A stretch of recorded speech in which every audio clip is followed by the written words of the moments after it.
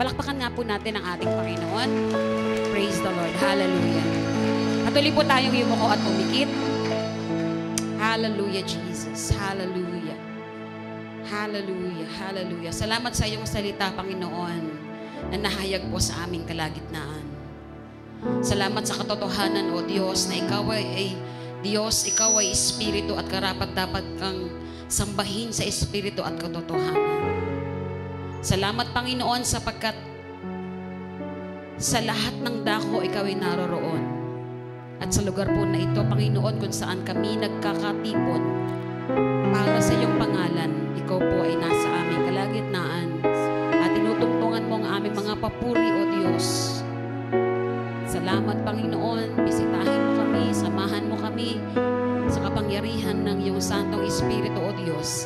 At ikaw po'y malayang kumilos sa aming kalagitnaan. Malaya kang kumilos sa aming kalagitnaan, Panginoon. Malaya kang kumilos, Banal na Espiritu. Ginagalang kita, Banal na Espiritu. Ito po ang aming dalangin ngayong umagang ito, Panginoon. Sa buhay ko, Pwede po bang yung ating kanang kamay sa tapat ng ating puso? Panahanan mong lagi ang puso ko,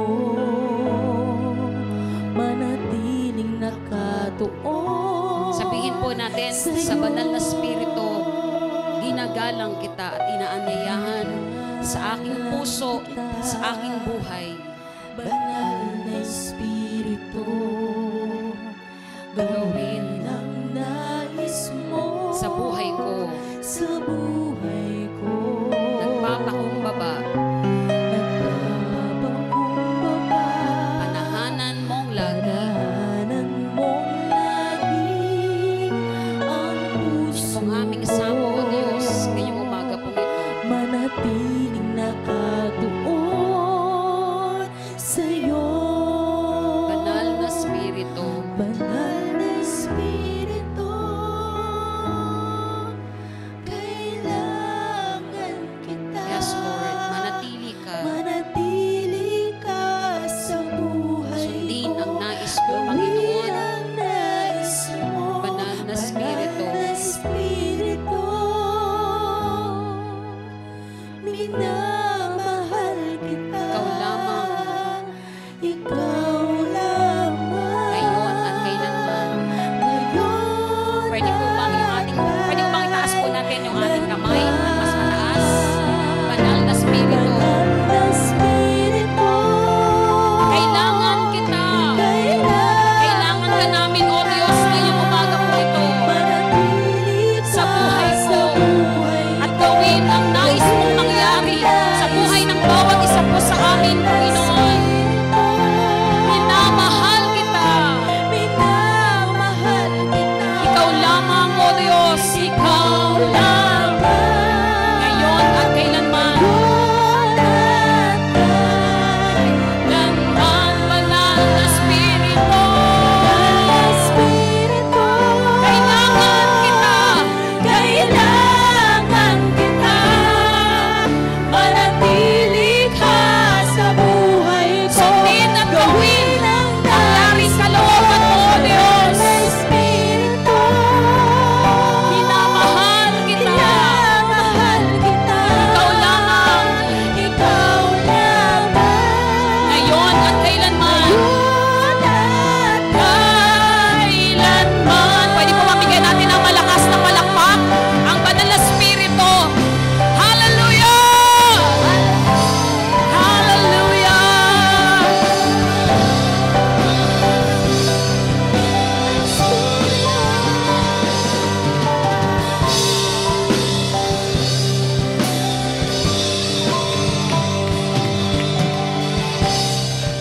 Hallelujah, hallelujah. Pwede na po tayong maupo. Pwede ho bang pakingitian nyo lang ang inyong mga katabi?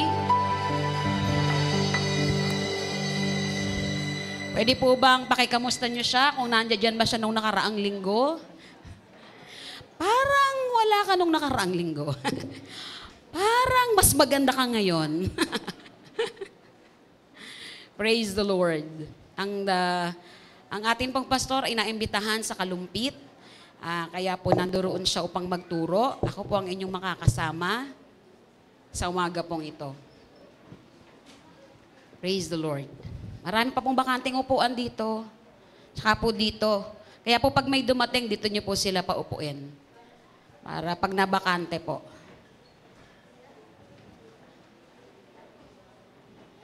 Praise the Lord. Ang Kristiyano ay asin at ilaw ng sanlibutan. Amen. Umulan kanina. Nalusaw ang asin. Nalusaw ang asin. O onti na lang ang umaten sa church. Praise the Lord. O baka naman darating pa sila. Praise the Lord. Ang atin pong theme for this month is Unbreakable Unity. Unbreakable Unity. Kaya ho sa Friday and Saturday, ang workers and leaders po ay magkakaroon ng mid-year evaluation and team building. Dahil po kinakailangan po, dahil nasa mid-year na tayo ng 2024, kinakailangan pong magkaroon ng evaluation of our programs and activities in our church. Praise the Lord. At ang atin pong pag-aaralan ay still in relation to our previous anniversary. Ano po yung theme natin nung anniversary? 1, 2, 3, go. Tama po kayo. Ano po yung theme natin nung anniversary? 1, 2, 3, go. Intense. Ayan, isa pa po. Immense awakening, intense revival. Sabay-sabay po tayong lahat. 1, 2, 3, go. Immense awakening, intense revival. Pag sabi pong immense, that's great. Okay, para po magkaroon ng great awakening at great revival sa atin, kinakailangan po ay may gawin po ang bawat isa sa atin. At yun po ang tinuro ni Pastor noong ating anniversary at nung nakaraang linggo. At ito po din ang ating pag-aaralan. Sabi po nung awit na yun, there's gonna be a great awakening, there's gonna be a great revival in our land. There's gonna be a great awakening, and everyone who calls, what will happen to them? They will be saved. Ang sino mang tumatawag sa Panginoong Hesus ay maliligtas. Pero paano po nila makikilala ang Panginoong Hesus? Kailangan po mayroong mag-share. Kailangan po may magpahayag. Kailangan po ang bawat isa sa atin. But we don't just stay here inside the church. Kumbaga po, we have activities in the church, but then the most important thing that we do as a Christian, whether you are worker or not inside the church, ang commission ng Panginoon, ang mission ng JIL Church is hindi po para sa worker lang or leaders ng church. Ang atin pong mission ay binababa po sa lahat ng totoong JIL member. Taas pong kamay ng totoong JIL member sa JIL Bulacan. Yan yung hindi nagtaas. Tanungin niyo po kung... At kung tayo ay JIL member with the DNA of a JIL, dapat alam natin ang mission and vision, and we live on the mission of the JIL. Ano po yung mission ng JIL? Sabay-sabay nga po natin kung nababasa niyo po. 1, 2, 3, go. To bring all peoples to the kingdom of the living God, regardless of race, status, through the saving, delivering, transforming the Lord Jesus Christ. Ano yung first na action natin na dapat na gawin? To bring all peoples to the kingdom of the living God. Yun po yung mission natin. So wherever we are and whatever we do, whether you are a worker or not, as long as you are a JIL, we are a JIL, and the true JIL DNA runs in our blood, ito po ang ating misyon. At hindi po natatapos ang mission na yan hanggat naririto tayo sa lupa. Are you with me? Alam niyo po ba yon? Hanggat buhay tayo, hindi po natatapos ang mission na yan. Bakit po? Kasi kapag wala na tayo, kapag umuwi na tayo sa Panginoon, wala na tayong missionin. Amen? How could you bring people to the kingdom of the living God kung wala ka na dito? Tama po ba? That's logic. No? Pero habang naririto po tayo sa mundong ito, yan po yung mission natin. To bring people, all people, kasama po dyan ang ating immediate family, ang ating mga kamag-anak, kaibigan, lahat po ng KKK, kapatid, kaibigan, kapitbahay, kaaway, lahat po sila. Because they are all people. Now sabi doon, regardless of race, status, religious affiliation. So wag niyo pong sabihin na iyan ay katoliko o yan ay sagradong katoliko, kandado. Itinapon na yung susi. Hindi na siya. At ang sabi niya, mamamatay na ako sa relihiyong ko na to. Still, may pagkakataon pa din. Still, ang Diyos ay gagawa pa rin sa buhay niya. Amen? Dahil ang tao habang buhay, yan po ay gagawa at gagawa ang Diyos sa kanya. Pero hindi ho yan makakakilala sa Panginoon unless na tayo po ay kumilos, na tayo po ay gumalaw. Alam niyo po, malaki pa yung space natin dito. May mga bakanting upuan pa po tayo. And we should fill all those chairs. Kasama po tayo doon. Okay? And part of it is our topic about the season of unprecedented harvests. Pag sinabi pong unprecedented harvests, kanina nakalabas, ngayon ayaw na niyang lumabas. Ayan. The season of unprecedented harvest. When we say unprecedented, that is unparalleled. That is unmatched. Yan po ay walang kapantay, walang katulad. Okay? Never done or known before. Marami na hong mga pagkakataon pangyayari. Marami na hong mga tao ang ang nakapag-share na ng Word of God. Marami ng mga harvesting of souls na nangyari. Panahon pa nila Billy Graham, panahon pa ng GIL, nung old times, panahon ng binata or malakas pang mga katawan ni Bishop Brother Eddie. Kaya lang po, sabi ko nga, habang andito po tayo, hindi tumitigil ang pag-harvest ng souls. Hindi po tumitigil. Hindi po tayo dapat tumigil. Nandyan pa po kayo? Hindi po tayo dapat huminto. Sabi po ng binasa kanina ni Sister Jackie, the scripture reading of John chapter 4 verses 41 to 42. Ang sabi po doon, the story is about the Samaritan woman. At alam ko pong familiar po kayo doon sa storya na yon ng Samaritan woman. What makes this story different from others? Because this is about harvest. This is about salvation. This is about worship. This is about Jesus as the living water. This is about our work as the harvesters. Hindi po ako magsasaka, pero ang tatay ko po magsasaka. Kaya ho kami nasa bukid at lumaki din ng bukid na wala naman kaming bukid. Nakikibukid lang po kami. Nakikisaka lang po ang tatay ko. Pero kapag ka po naitanim na ang palay, ayan, tama po ba kapag natanim na yung palay, hihintayin na lang ito, pero hindi siya pwedeng hintayin lang. Tama po ba? Kasi kailangan na ito ay lagyan ng pesticides, kailangan lagyan ng pataba, kailangan alisin yung mga kuhol, ayun, tas kailangan patubigan. Hindi yan pwedeng hintayin mo na lang yan. Kasi kasabay na lalago niyan ay mga weeds or mga talahib. No? So kailangan po binabantayan. Kailangan may pesticides kasi sayang naman tinanim mong palay dyan, nagirasosan mo ng malaki. Pero kapag harvest time na, ang bango-bango ng bukid, no? Nadaan po kami kahapon sa San Miguel. Kahapon, nasa San Miguel po kami. Nag-aani, ang bango nung, ano pong tawag doon? Iyon, tama po kayo. Ang bango-bango ng amoy niya. Kasi nag-harvest sila eh. Alam niyo po kung gaano kabango ang pag-harvest. Ganon din po yun kabango sa harapan ng Diyos. Sabi po, di ba, isang tao lang ang magbalik sa paanan ng Panginoon, ilang libong anghel ang nagdiriwang. Napakadaming anghel ang nagdiriwang.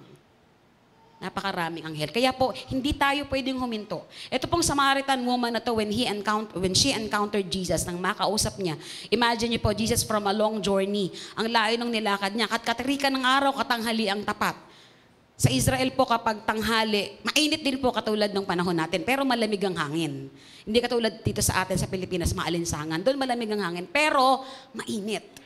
So yung lakad ni Jesus and the disciples, that is a long, exhausting journey. Nakakapagod po iyon. Kaya ho, namahinga si Jesus doon sa may batis, doon sa well or balon. And that is the Jacob's well, balon ni Jacob. Is it a coincidence that a Samaritan woman will come to that well at sasalok ng tubig and Jesus sat on that well? Is it a coincidence? Ano po sa palagay nyo? Coincidence, hindi kaya sinasadya ayon? Coincidence lang kaya yon? Kasi alam ni Jesus na mayroong babae doon na nangangailangan ng pagliligtas. Mayroong babae doon na ang buhay niya. Kasi ano bang uri ng buhay mayroong babae ito? Binasa kanina, ilan ang asawa po niya? 5. At meron siyang kinakasama, pang-6 na hindi rin naman niya tunay na asawa. Ang call sa kanya is a prostitute. At ang isang prostitute sa panahon, sa kultura ng Israel ay pinandidirihan, pinagchichismisan. Well, sa atin lang di ba? Ang kapitbahay mo na, ay, sinasabi ko na nga, kaya nga pala gano'n yun Kaya may naghatid na, nakakakotse, nako. Alam niyo po, sa kanila gano'n din ang mga tao. No? Ganon din po, mas matindi doon. At saka sinesegregate or hinihiwalay nila yung mga ganong mga tao, prostitute. Napakababa ng tingin. Hindi ito tinitingnan bilang hanap buhay kasi wala na mag-aalaga doon sa babae. So she really needs someone to help her out sa buhay niya. So kaya kailangan niyang magsama o makisama sa lalaki. Kasi yun lang po ang tanging paraan sa kanila, sa kultura nila, para mabuhay. Kasi hindi siya pwede maghanap buhay bilang babae. Lalaki po naghahanap, pwede ko provide sa kanila. So the only reason for her, that is the reason why kaya po siya ay nando doon, nagkaroon siya ng iba't ibang mga asawa. At hindi natin alam kung namatay ba o kung ano man na nangyari or iniwan siya. But the fact is, ang katotohanan dito ay marami siyang kinakasama. At chismis ba yun sa part ni Jesus? Sa part ni Jesus, yun ay realidad. At hindi what do you call that? Yung, ano nga salita yan? Yung, hindi chismoso si Jesus No? Kaya nung ma-encounter niya si Jesus, kaya ma-encounter na Samaritan woman na to si Jesus, na-corner siya. Na-corner siya na ang kinakasama mo ay ganito, ganyan. Kaya nung tapos po ng encounter nila, nung pag-uusap nila, umalis yung babae, nagpunta siya ulit sa community niya, sa town niya, sa kanya mang kasamahan. At ano pong sinasabi niya? Pag binasa niyo po yung sumunod na mga verses, ano pong sinasabi niya? I saw a man, I see a man, this man, and he knows everything on me. Alam niya yung lahat sa buhay ko. Maybe he is the Messiah. Nagkaroon ng transformation yung buhay niya. Magmula doon sa papunta siya sa well, na siya'y lulugo-lugo dahil siya pinag-uusapan, pinagtatawanan, kaya tanghali siyang kumukuha ng tubig kasi walang makakakita sa kanya. Kasi nahihiya din siya. Siya po'y pinandidirihan sa komunidad nila. Pero nung ma-encounter niya si Jesus, something happened. There is a transformation in her life. Nabago yung kanyang pananaw sa buhay. Nabago yung kanyang faith. Nabuhay ang kanyang espiritu. Something is energized in her.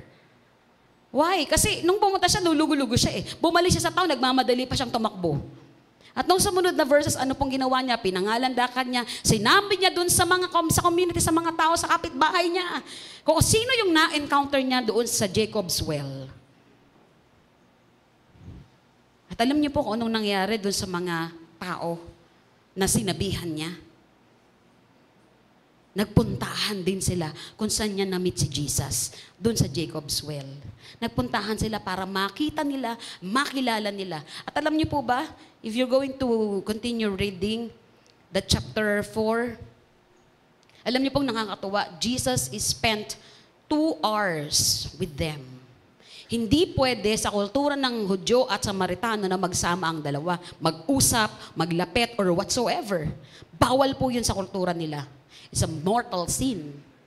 But Jesus spent 2 hours teaching them. Why? Kasi nakita ni Jesus ang espiritual, ang sosyal, at ang pisikal na estado ng buhay at kondisyon ng mga tao pong ito. Naintindihan niyo po ba ako? ang mga kapitbahay po natin, kahit po iyan ay mayaman, kahit iyan ay may sinasabi sa buhay, kahit iyan ay mayabang, kahit iyan ay ganyan ang tingin sa atin, alam niyo po bang at the other side of the coin, nakakahabag po ang kanilang buhay. Kasi tayo alam natin ang katotohanan. Alam natin na ang buhay sa mundong ito, panandalian lang. Amen? At ang tunay nating citizenship ay sa langit. Kung dito mahirap ang buhay, pagdating sa langit wala nang hirap at bighati. And this is not this world is not the end of the world in our lives. This may be the end of our existence here, but is the beginning. It is the beginning of our lifelong relationship with God. Alam niyo po kung hindi nagsabi yung babaeng Samaritano o Samaritana doon sa community niya, hindi mag-spend si Jesus ng another 2 hours sa kanila. Kasi merong babaeng na transformed ang buhay at hindi siya nanahimik sa kanyang naranasan, sinire niya yon sa kanyang community. At nagulat siyang napakarami. Walang naniniwala po sa kanya dahil siya isang prostitute. But when she spoke about Jesus, aba, ang daming nagsamahan sa kanya. Bakit? Kasi iba na yung boldness niya eh. Kasi si Jesus na yung sinasabi niya.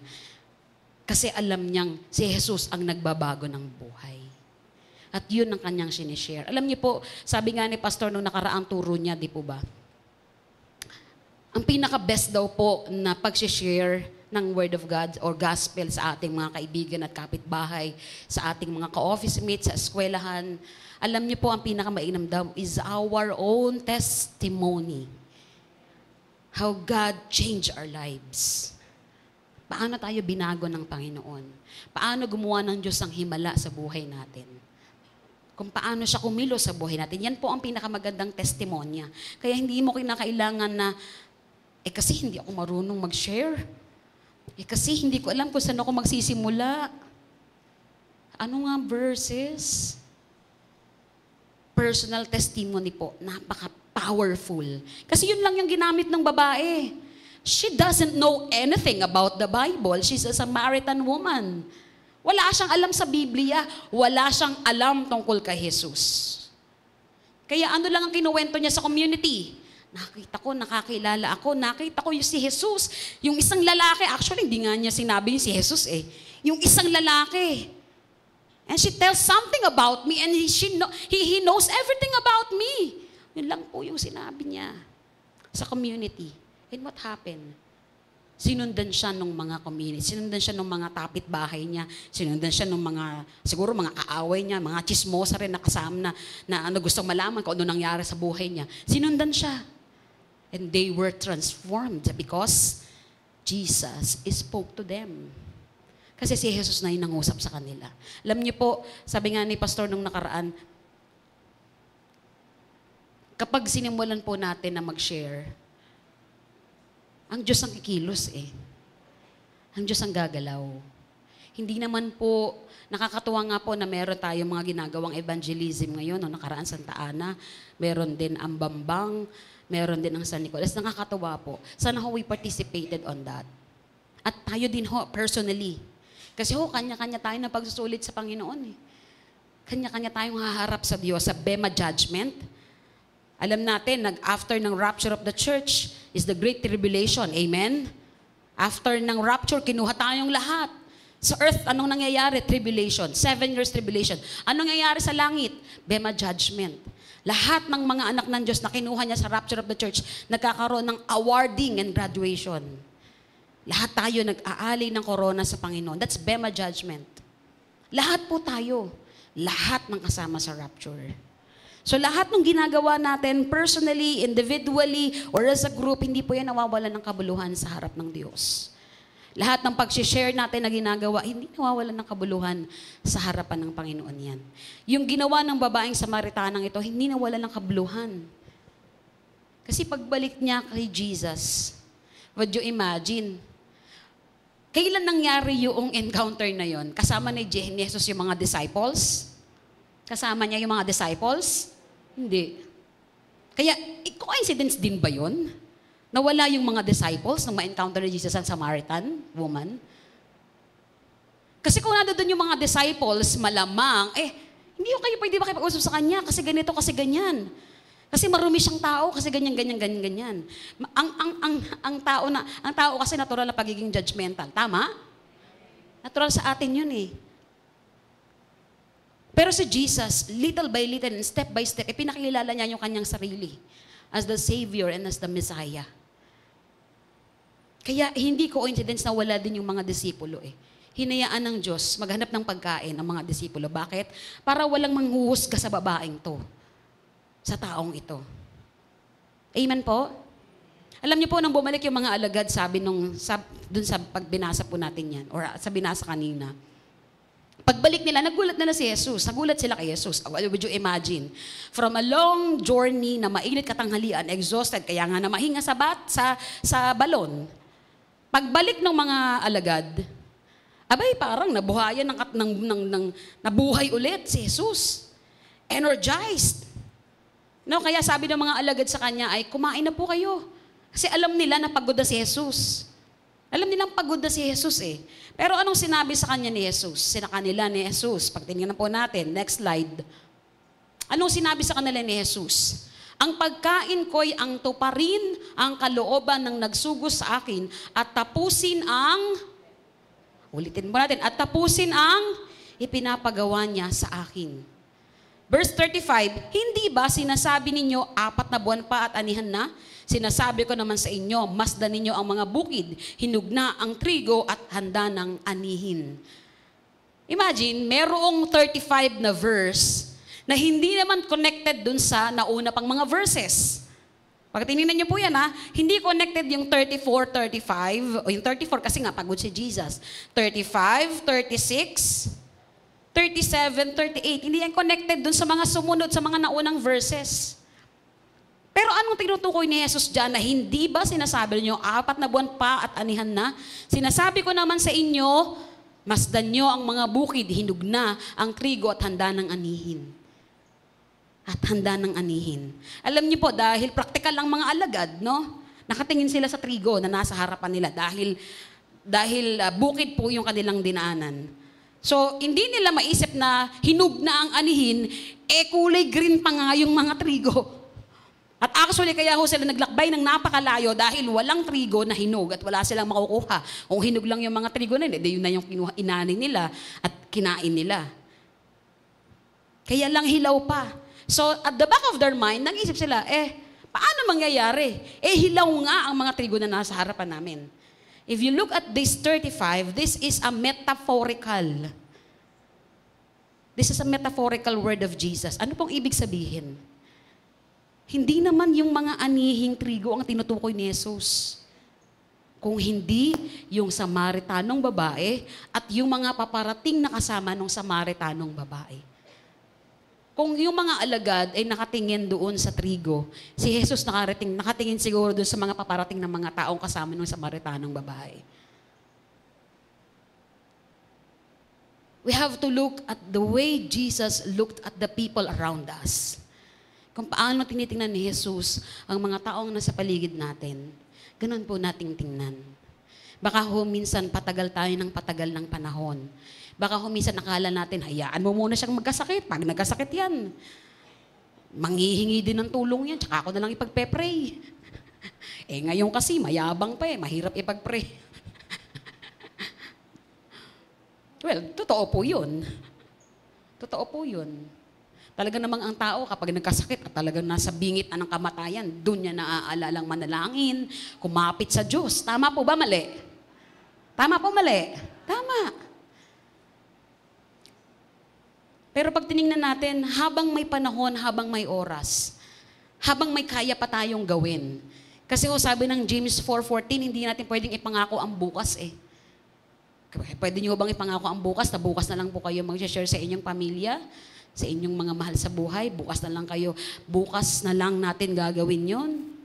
Hindi ho Because we do not know what will happen in the future, in tomorrow. Alam niyo ho ba?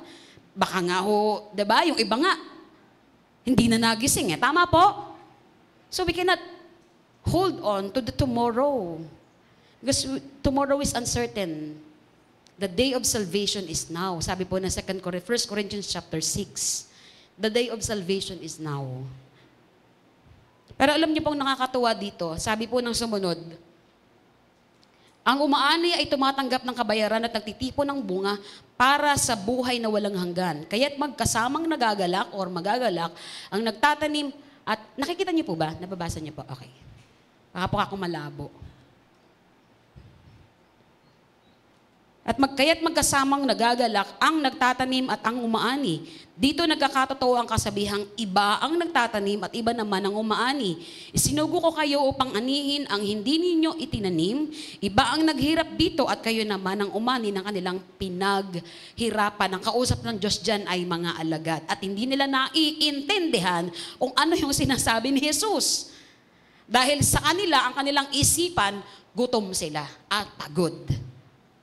At hindi nila naintindihan yung mga talinghagang sinasabi ni Jesus na yan. The metaphorical na story, na part na yan na ang tinutukoy ni Jesus ay ang pag-aani ng kaluluwa. Ang tinutukoy ni Jesus ay sila bilang mga alagad. Tayo bilang mga Kristiyano. Sabi po ng Matthew chapter 9 verse 37 to 38, Then he said to his disciples, The harvest is plentiful, but the workers are few. Ask the Lord of the harvest therefore to send out workers into his harvest field. Ano po yung sabi dito ng ating Panginoong Jesus? Then he said to his disciples, The harvest is plentiful. Paulit-ulit niyang sinasabi sa kanyang mga disciples about the season of unprecedented harvests. Pag-aani. Bakit? Lalo na ho sa panahon natin, this one is very applicable. Time is ticking. The clock is ticking. The clock is ticking. Malapit na hong bumalik ang Panginoon. Malapit na pong bumalik ang Panginoon. At hindi po joke-joke yun. Hindi yun joke-joke-joke. Yun po'y totoo. And that will happen in the future. Sabi nga ni Bishop Brother Eddie, future eternity. Totoo po yun. Our lives here on earth is not just here. Hindi ho tayo dito. Kaya hindi ho tayo pwedeng mag-abala ng masyadong maraming bagay dito sa lupa. Ang pagkaabalahan po natin ay yung paggawa ng bahay natin doon sa langit. Paggawa ng bahay natin doon sa langit. Sino may magandang bahay dito? Taas ang kamay. Yung napakagandang bahay na talagang pag dumadaan yung mga kapitbahay, wow, ang ganda ng bahay. Taas po yung kamay. Bababa ko yung kamay ko kasi wala din akong ganang bahay. Wala ako sa atin. Pero taas ho ang kamay ng mayroong bahay sa langit. Diba? Wala ho tayong bahay ditong ganung kaganda at kagarang yari sa lantay na ginto. Wala ho tayo nandito. Kasi kung meron ho tayo ng isang katerbang camera yung nakapaligid sa bahay mo, barbed wire yan na merong electric at mga kung ano-ano pa. Kasi malamang mayak-maya, ikaw ay nasa barangay, nasa presinto, pinapakulong mo yung mga tao akit ng akit sa bahay mo. Tama po? Ay nakakatakot dito sa lupa. Sa langit po, inihahanda ng Diyos yung bahay natin. Kaya habang naghihintay tayo doon, kinakailangan pong katulad ng hinahanap ng Diyos sa kanyang mga disipulo, the workers are few. Hindi ko kinakailangan na mag-involve tayo sa church to become a worker, not necessarily. But then if you are, why not? If you are available, why not? Ang tinutukoy ho ng Panginoong Hesus dito is our work outside the church. Hindi ho sa loob ng church, outside the church. Kasi wala naman po dito, lahat po tayo dito believers. May first-timers po ba tayo? O yan, wala ho tayong first-timers. So malungkot ang langit, wala tayong first-timers ngayon. Lahat po tayo ni Denseller. This is to develop our faith. This is to grow, what do you call that? To empower our spiritual life. But this is not just our lives. Hindi lang mo tayo dito umiiral sa loob ng church paglinggo.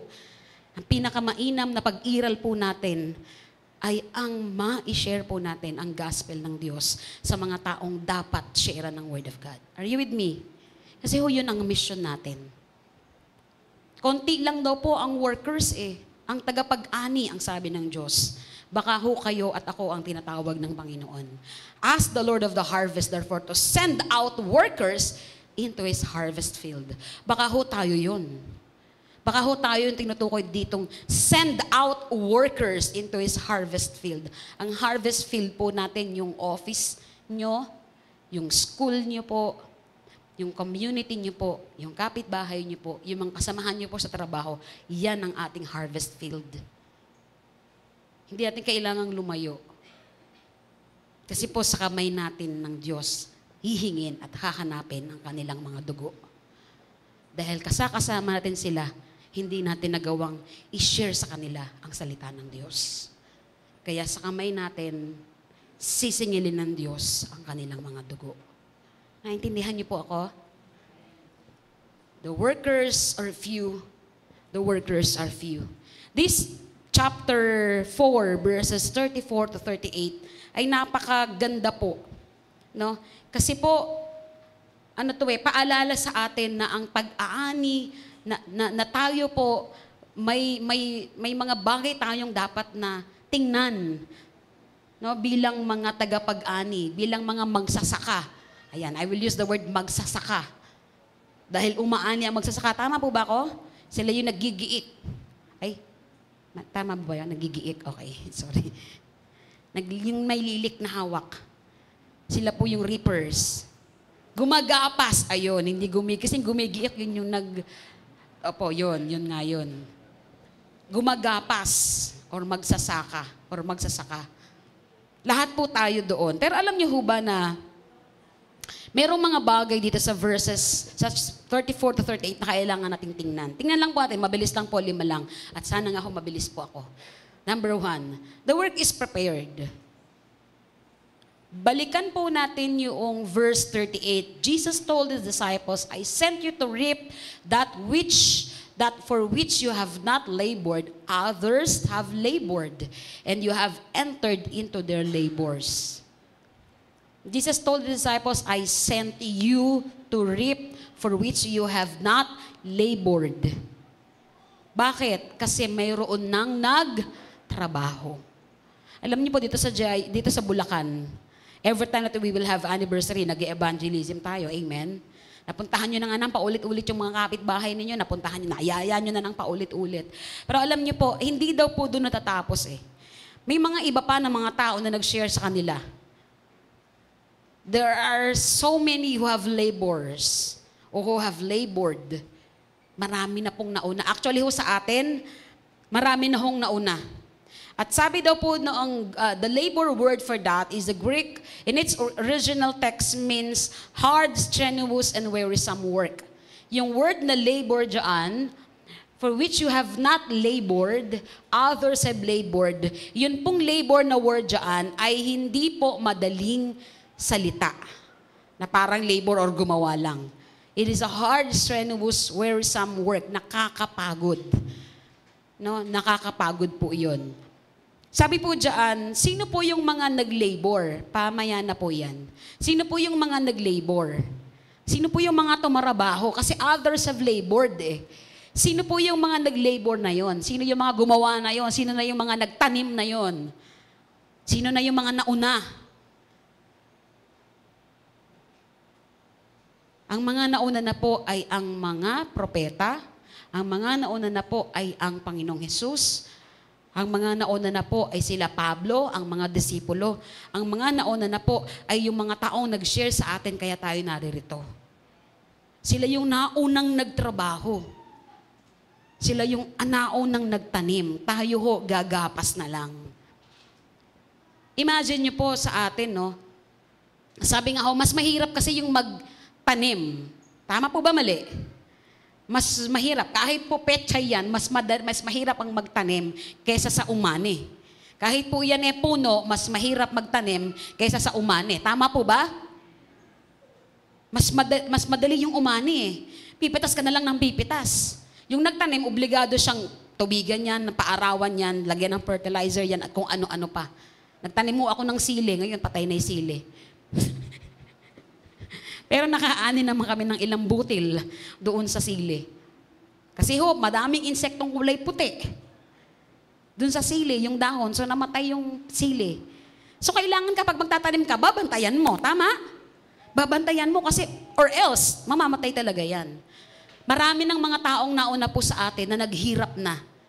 Ang mga apostol lang po kung hindi sila nag-share ng Word of God, and if it's not because of their faith, wala ho tayo rito. Are you with me? Kung hindi ho dahil kay Pablo, wala ho tayong mga hentil. Ang kaligtasan po ay para lang sa mga Hudyo. Dahil si Jesus ay bumaba rito sa lupa para lang sa mga Hudyo. Tayo hong Pilipino, hentil po tayo. We don't belong to the Jews line. Pero dahil may Pablo na nag-share ng Word of God sa ibang bansa sa Asia, nagkaroon ho tayo at nakarating dito sa Pilipinas, tayo ay nagkaroon ng kaligtasan. Tayo ho ngayon ay umaten sa loob ng church ng JIL. Marami ho mga nag-labor na. Marami na ho naging pastor dito sa Bulacan. Tama po ba? Marami na ho naging evangelism dito. Marami na hong mga nagtanim. Ano na lang kung kailangan natin? Umani. Kasi natamnan na sila ng salita ng Diyos. And God said, His word will not return void, but it will accomplish, Isaiah 55, the purpose for which it is sent. Yung mga pinapahayag natin or sinishare natin sa kanila, hindi mawawalan ng kabuluhan yun At hindi nawawalan ng kabuluhan yun. The work is prepared. Kailangan na lang po tayong kumilos at umalis po sa ating comfort zone. Hindi ho pwedeng pasyal dito lang at pasyal doon ang ating ginagawa. Hindi ho pwedeng trabaho lang dito at trabaho doon ang ating ginagawa. Of course, we have to do that because that's where our income came from. Doon nagagaling ang ating buhay But Matthew 6:33, ano pong sabi doon? Ano pong sabi ng Matthew 6:33? Unahin mo ang, sige, English. Seek ye first the kingdom of God and His righteousness. And what? All these things shall be added unto you. So why worry? Bakit ka mapapagod? Bakit ka magpapakapagod ng paghahanap buhay?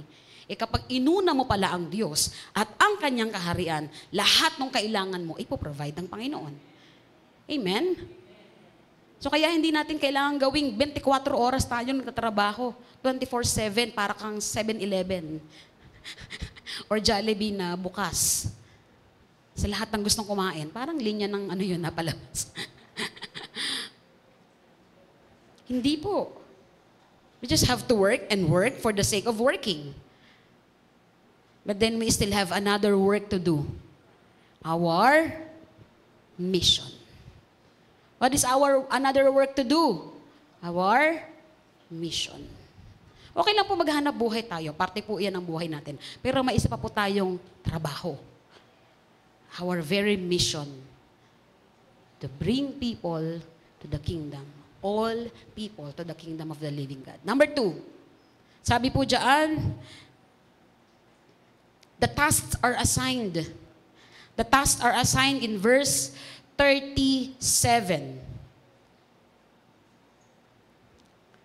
Jesus said, for in the saying is true, one sows and another reaps. One sows, isa ang nagtanim, iba ang umani. Totoo naman po yun. Tama po ba? Ano pa yung palabas? Iba ang nagtanim, iba ang nagumani, iba ang nagsaing, iba ang kumani. Parang palabas na yun. Totoo yun. Lalo na ho ngayon, may mga hand tractor na nag-aani na, hindi mo na kailangan ng tao. May yung mga barakuda or monster po ba yun na naggigiik na ng paling na hindi na kailangan ng tao, makina na lang, or yung taga-drive na lang ng makina na yun. Sa ibang bansa nga ho, kahit gaano kalaki yung field na yan, isang truck lang po yun.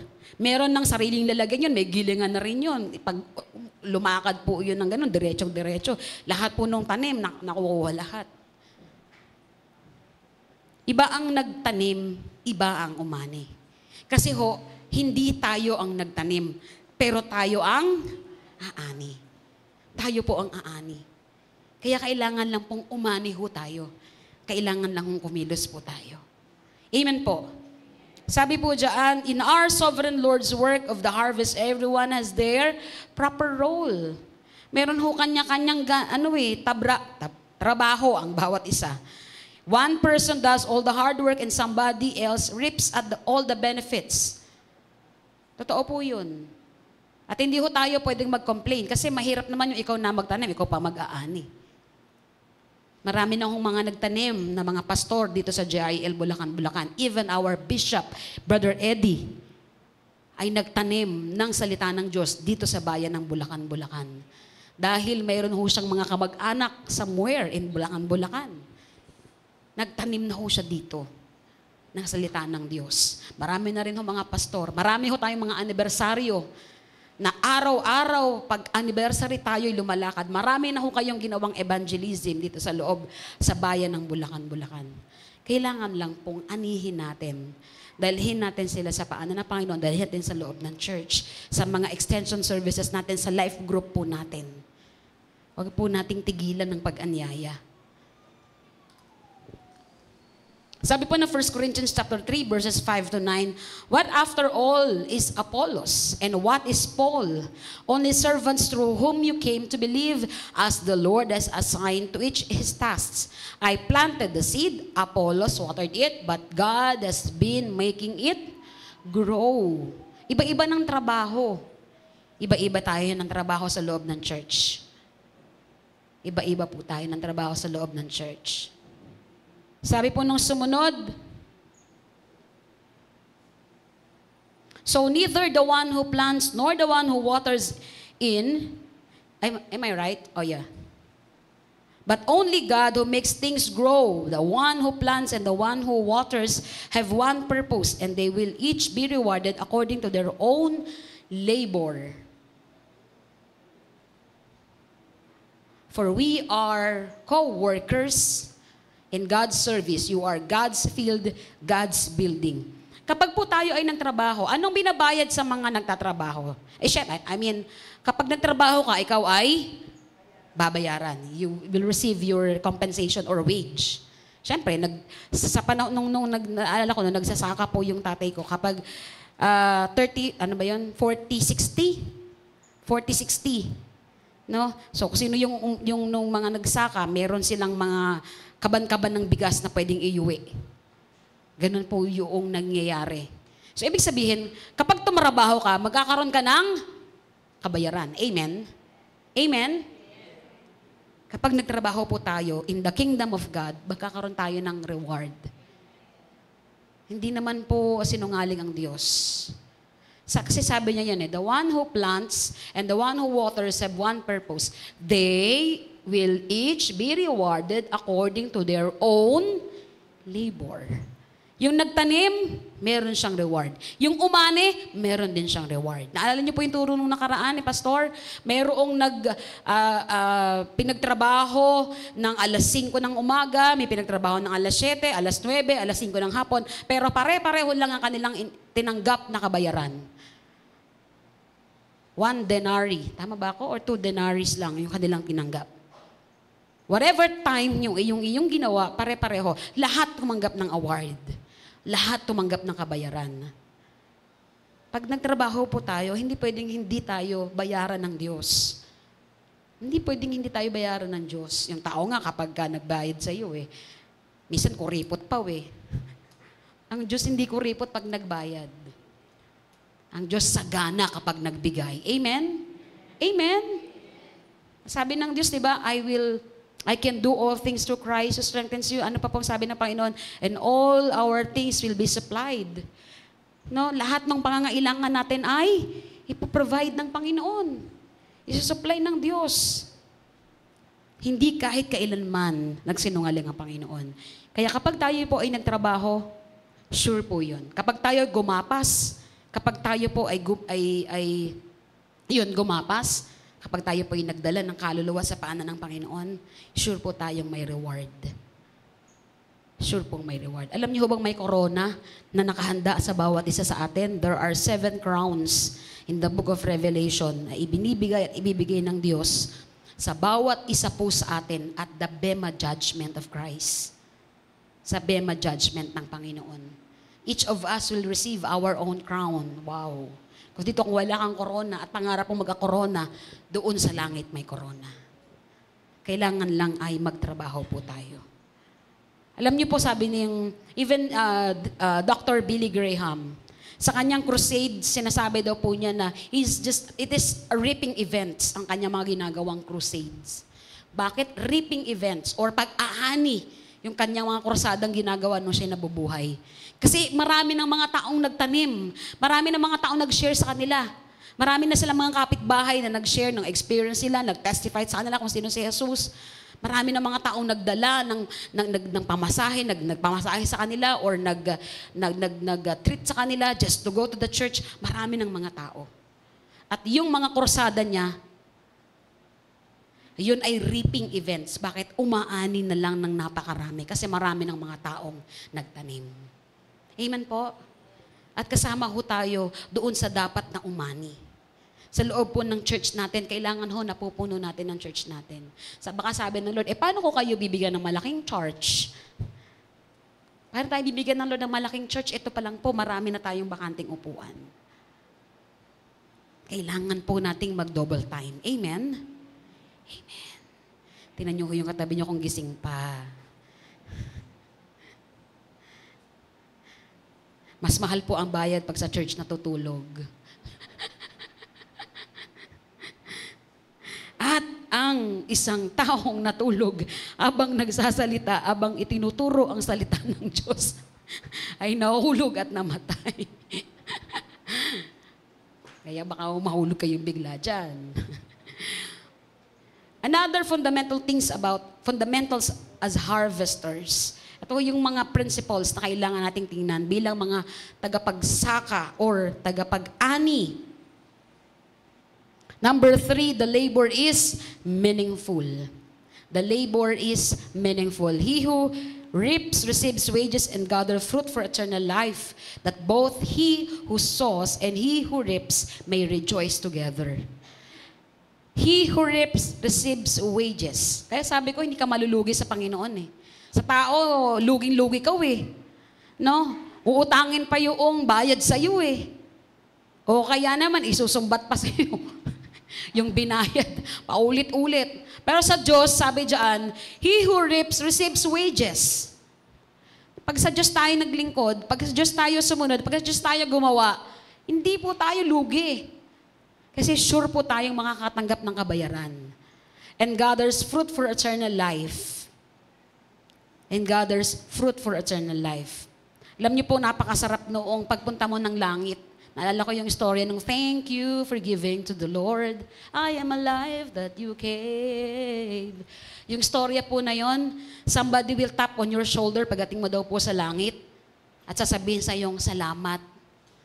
Salamat kasi, kaya ako naririto kasi nag-share ka. Nung nasa life group ako, nung na-attend ako ng life group, kumilos ang Diyos sa puso ko nun eh. Hindi ko lang masabi sa'yo. Pero tinanggap ko si Jesus nung time na yon. Salamat kasi nag-share ka. Nung anniversary natin, nung family reunion natin, nag-share ka eh. At tumatagos sa puso ko yung sinasabi mo eh. Somebody will tap our shoulder and say thank you. Yun ho yung fruit of eternal life. Kasi pagdating mo dun sa langit, marami magpapasalamat sa iyo. Kaya lang po, kailangan nating tumarabaho. Amen? Para mayroong magtatap sa shoulder mo. Para may magpapasalamat sa iyo. That both he who sows and he who reaps, they rejoice together. Yung mga nagtanim, they are actually rejoicing na eh. They are rejoicing na. Bakit? Kasi malapit na nilang ma-receive ang kanilang promise ng Lord sa kanila. Ang mga disciples and apostles, they are the 12 tribes. They will all receive, the 24 elders, they will all receive their crowns, they will all receive their wages, the fruit of their labor. Tayo po yung reapers, tayo po yung tagapag-ani, tayo po yung magsasaka. Tayo po yung gagapas. At tayo din po yung makakatanggap ng kabayaran. Sabi po ng number 4,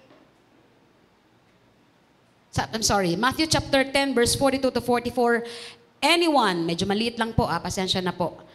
Pakisulat nyo na lang po para mabalikan nyo po sa bahay. Anyone who welcomes you, welcome me. Ito po yung Ito po yung ating reward na sinasabi ng Lord. This is a promise of God.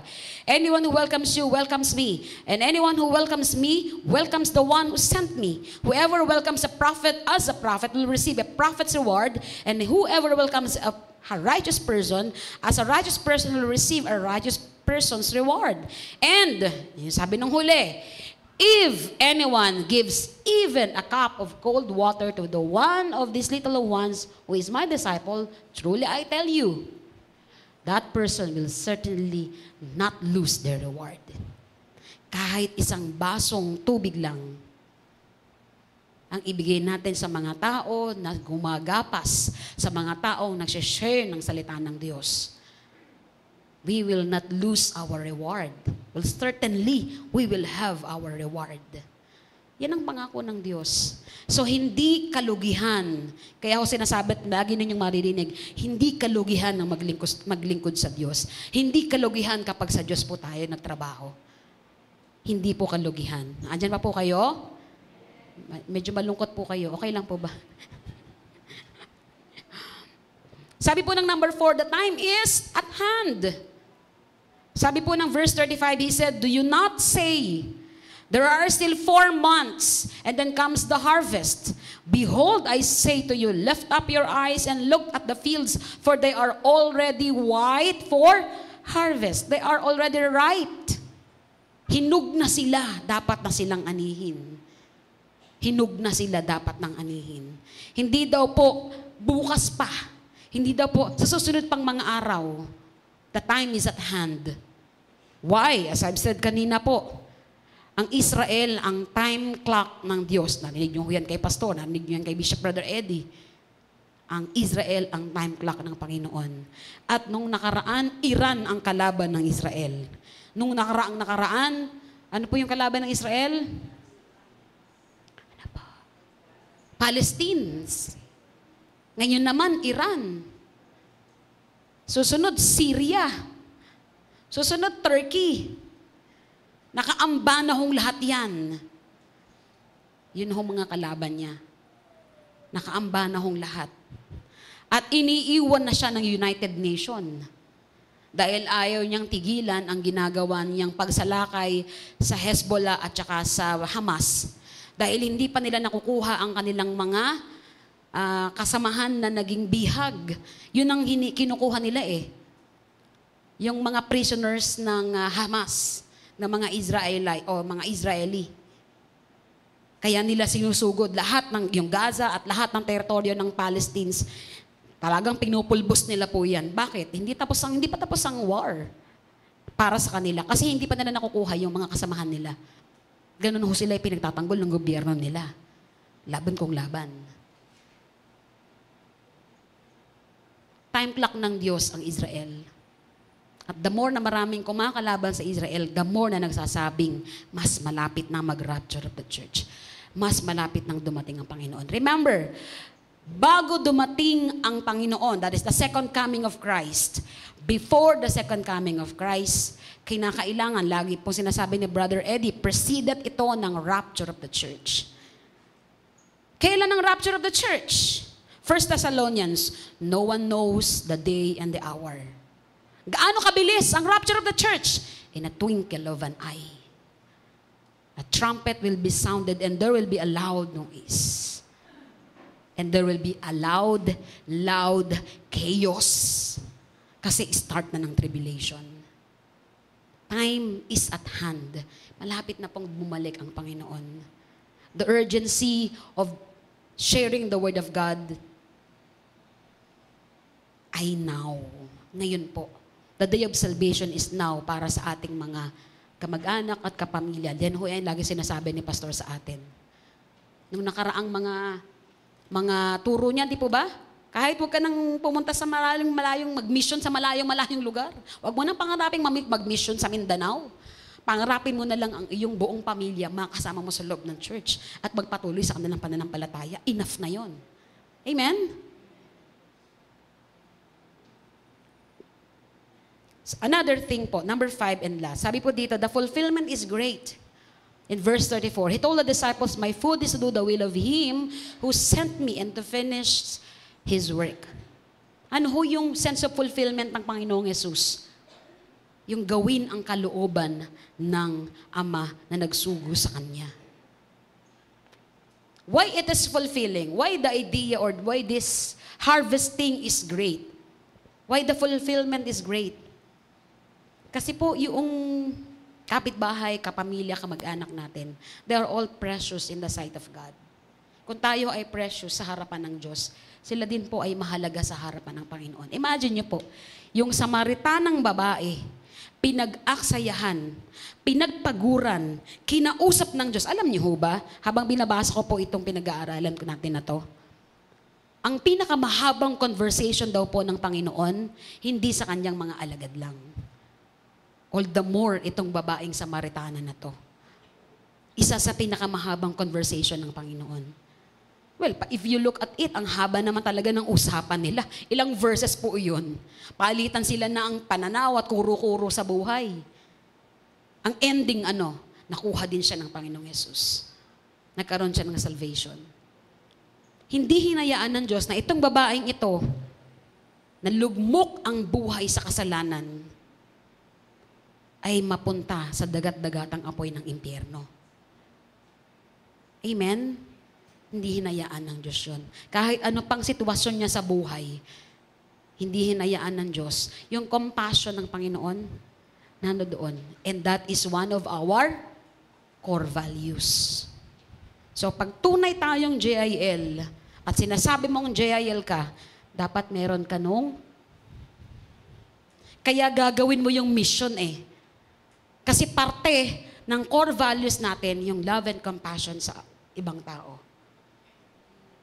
Hindi tayo nasasayahan na tayo lang ang nasa loob ng church. Amen? Sa life group nyo, hindi po tayo nasasayahan na kayo lang 3, 5, at mga 5 taon na rin po na 5 lang po kayo. Hindi po nasasayahan. At hindi ho tayo dapat masiyahan. Are you with me?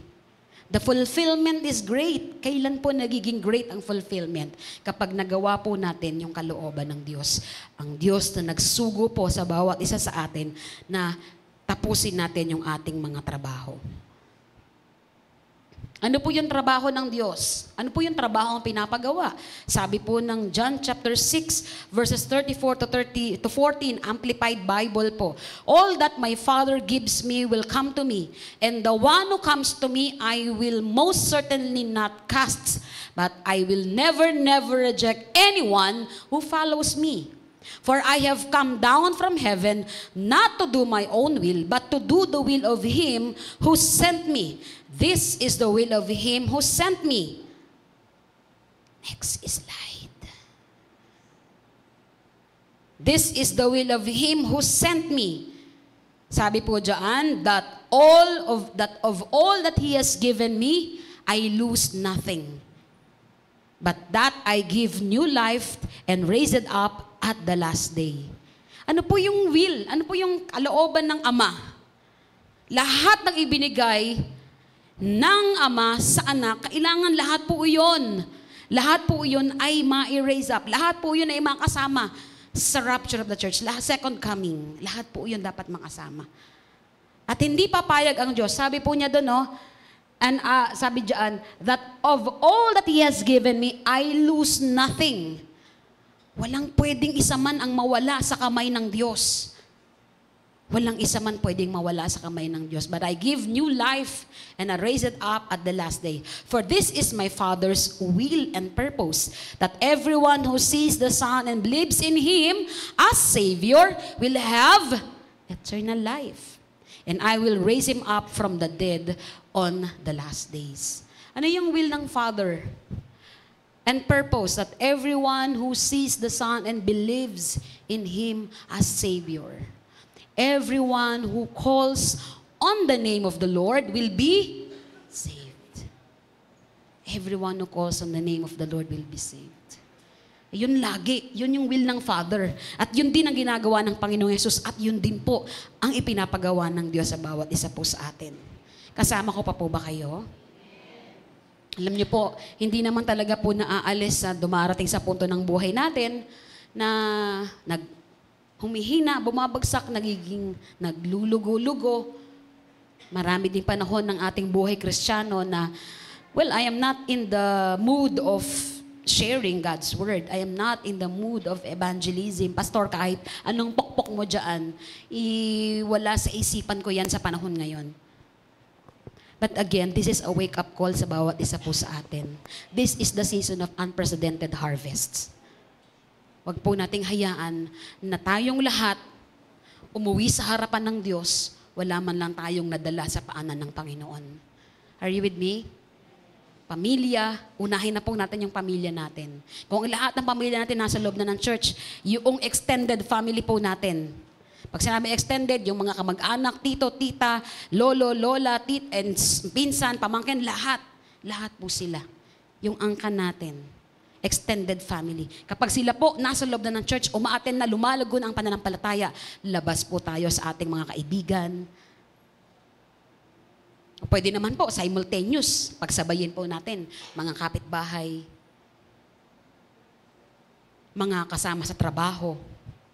Lalo na ho kung kayo ang amo. Kailangan hong yung mga nasa ilalim ninyo nakakarinig ng salita ng Diyos. Bakit? Ikaw na nga ang amo eh. Mas malaki na yung chance na makarinig sila. Amen po? Amen po? Pwede ho bang tayong lahat ay yumuko at pumikit? Hallelujah, Jesus. Hallelujah, hallelujah, hallelujah, hallelujah. Hallelujah, hallelujah, hallelujah. Father God, forgive us.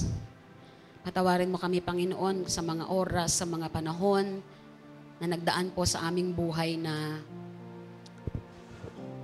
marami kaming pagkukulang sa iyo, O Diyos. Maging sa pag-share ng iyong salita, even our testimony as a Christian, bilang isang Kristiyano, Panginoon, hindi nakakakitaan ng maganda sa aming buhay, hindi ka napaparangalan, bagkus na pupulaan ka pa. Panginoon, patawarin mo po kami sapagkat maraming mga oras at panahon na wala kami sa mood, tinatamad, maraming kaabalahanan, masyadong busy sa trabaho, na neglect po namin, O Diyos, ang mission namin sa buhay na ito. Hindi kami nandito para lang magtrabaho. Hindi iyon ang mission namin dito sa lupa. Ang mission namin, Panginoon, ay magdala ng mga tao sa iyong paanan, nakikilala sa iyo bilang Panginoon at sariling tagapagligtas ng kanilang buhay. Ito po ang mission na inilagay mo at ibinigay sa bawat isa sa amin. Panginoon, lalimin mo pa, O Diyos, ang compassion sa aming puso. Panginoon, palakasin mo ang aming kalooban. Give us the boldness of the Lion of Judah, O God, so that we can boldly share your word of God, your word, our testimony on how you change us, how you transformed our lives, Lord. Bigyan mo kami ng lakas ng loob, Panginoon, na maipahayag namin, maikwento namin, O Diyos, kung paano mong binago at binabago ang buhay namin. Salamat po, O Diyos. Turuan mo kami, Panginoon, na ang buhay na ito ay panandalian lang. We don't live here on earth, but we live with you, Lord. At naghahanda ka ng napakagarang tahanan para sa bawat isa po sa amin. At habang kami narito sa mundong ito, habang kami buhay pa, Panginoon, lagi naming isa-isip, isa puso, na kami may misyon. Salamat po, O Diyos. At ang bawat life group leaders na narito, Panginoon, the burden is not just for them, Lord, but the burden is for all of us. The calling is for all of us. Hindi lang kay pastor ang calling ng evangelism, Lord. Hindi lang kay life group leaders ang calling ng evangelism. Lahat po kami ay tinawag mo na mag-evangelize, na mag-share, na mag-testimony, magpahayag ng iyong salita. Just give us, Lord, the boldness. Give us the courage. Touch us once again, Lord. Touch us once again. Quicken our spirit, O God. Quicken our soul, Lord. Gisingin mo kami, Panginoon. Gisingin mo ang natutulog naming espiritu. Gisingin mo ang natutulog naming kaluluwa. Na minsan pa, O Diyos, gampanan namin ng buong inam ang misyon na inilagay mo po sa amin. Hallelujah. Hallelujah. Hallelujah. Revive us again, Lord. This is our prayer. Spirit, touch your church. Stir the hearts of men. Revive us, Lord, with your passion once again. I want to care for others like Jesus cares for me. Let your rain fall upon me. Ang inaanyayahan ko lang pong tumayo ay yung gusto niya sa kanyang sarili. Nagdidesisyon siya sa kanyang buhay na, Lord, narito po ako, gamitin mo po ako, O Diyos. Send me, Father God, sa kamag-anak ko, sa pamilya ko, sa kapitbahay. Send me, Lord. Inaanyayahan ko po kayong tumayo sa oras na ito. And Lord, pwede po bang ilagay natin yung kanang kamay natin sa tapat ng ating puso? And this is our prayer. Lord, we need you. We need your grace, your mercy, your grace and mercy. We need to pray like never before. We need the power of your Holy Spirit to open heaven's door. Once again, we say it to the Lord. Lord, we need your grace and mercy. We need you, Lord. Pray Kailangan ka namin, Panginoon, to accomplish our mission. Go and make disciples of all nations, baptizing them in the name of the Father, of the Son, and of the Holy Spirit. Lo, I am with you always to the very ends of the earth. And you have given us authority to trample snakes and scorpions. Revive us, Holy Spirit. Touch us, Lord. Stir the hearts of men. Revive us once again. Revive Revive the passion. with your passion once again. I want to care for others like Jesus cares for me. Revive the passion in our hearts as you touch each and every one of us, O Lord. Spirit, touch us, O Father. Spirit, touch your And stir our hearts. Stir the hearts of men. Revive us, Lord, with your passion once again. And I want to care for others. Like Jesus cares for me. This is our prayer. This is our cry. Just the people of God. This is our cry, Lord. Spirit. Come on, church. This is our cry. This is our cry to you, God. Revive us with your passion to be more passionate with the lost, oh God. And I want to care for others. Jesus, like what you care for us, like what you did for us, Lord. Come on, church, with our hands lifted up to the Lord. Taas po natin yung ating kamay. Touch your church. Stir the hearts of men. Come on. Revive us, Lord, with your passion.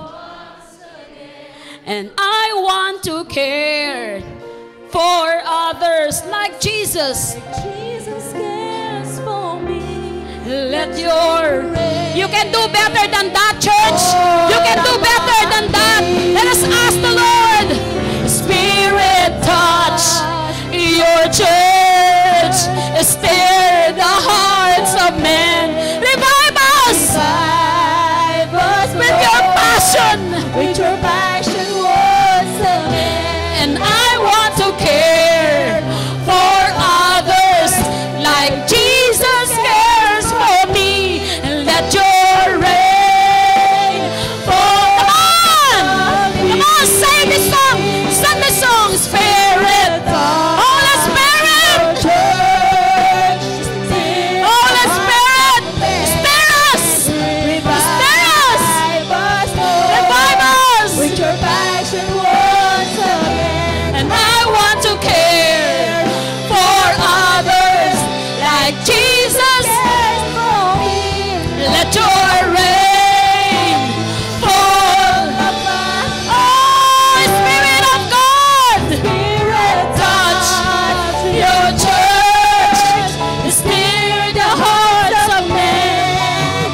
Revive us, with your passion once again. I want to care for others like Jesus cares for me. Let your rain Fall upon me. Could you whisper this song to the Holy Spirit? Your church, still the hearts. Whisper to the ear of the Lord. With your passion, that we be more compassionate, Lord.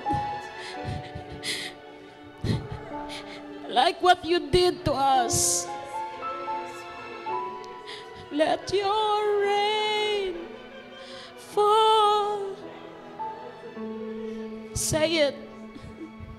Spirit, cry out to the Holy Spirit. Because He alone has the power.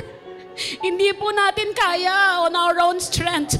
Only the power of God. Only the power of God can touch them. Only the power of God. Give us the passion, Lord. Give us the passion, Lord. Huwag po kayong titigil unless you experience the touch of the Holy Spirit. Continue to cry out until you experience the touch of the Holy Spirit. Shakarababashande.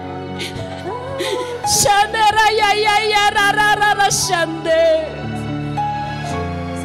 Come on, church. Let the power of the Holy Spirit touch you. Shakarararayayarararabashande. Sarabababarashande rayakakamashiyarararahande. Sarayayayarararahande. Shakarabababarashekayayayarabashande. Sarababarasherayayayayararashande. Touch us, Holy Spirit. Quicken us. Quicken us, oh God. Touch us, Holy Spirit. And consume us. Revive us with passion. Revive us with passion, Lord. To care for others. The passion to care for others.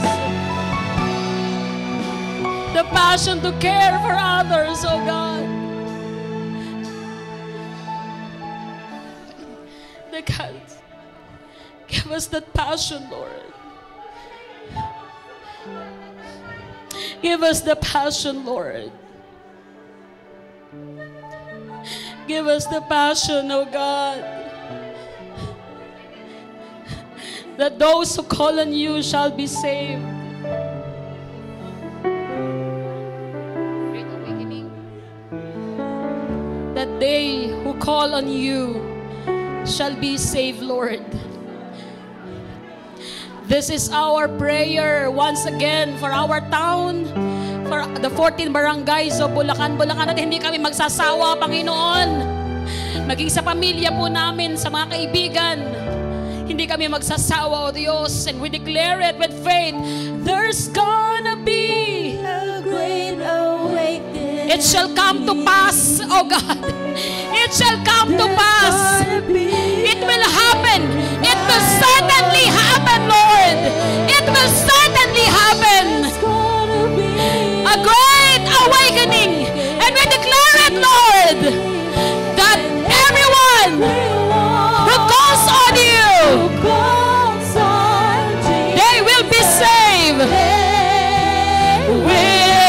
Come on, church, with faith, let us declare it. There will be a great awakening. We declare it, Jesus. There's gonna be A great revival.